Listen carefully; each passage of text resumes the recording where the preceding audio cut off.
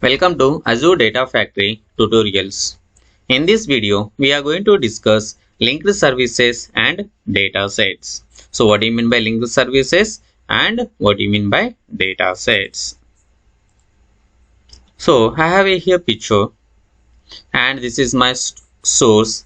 The source is blob storage. I have a file. I need to copy into the sink. The sink is nothing but here destination. My destination is Azure Data Lake. The one thing is the source and destination can be anything. For example, I am taking here Azure Blob Storage and Azure Data Lake. That can be anything. Okay. So I need to perform a copy activity. So this activity can be performed under the pipeline.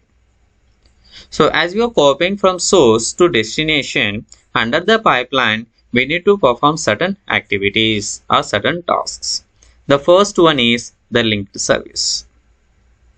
So here the linked service is nothing but a connection string or information. It carries the information from where to where you are copying the data.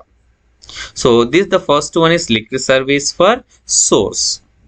And we have one more linked service that is for destination sync.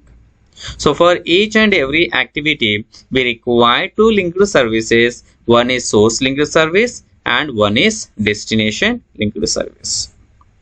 And so we are copying the data from source to sync.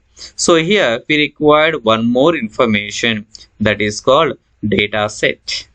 So again we have here two types of data sets. One is source data set and one is sync data set. So here data set is nothing but the structure of the data. So as we are copying the file, so we should mention so what type of data you are copying, either it's a CSV file or JSON file, XML file or any other format. So here data source is nothing but the structure of the file.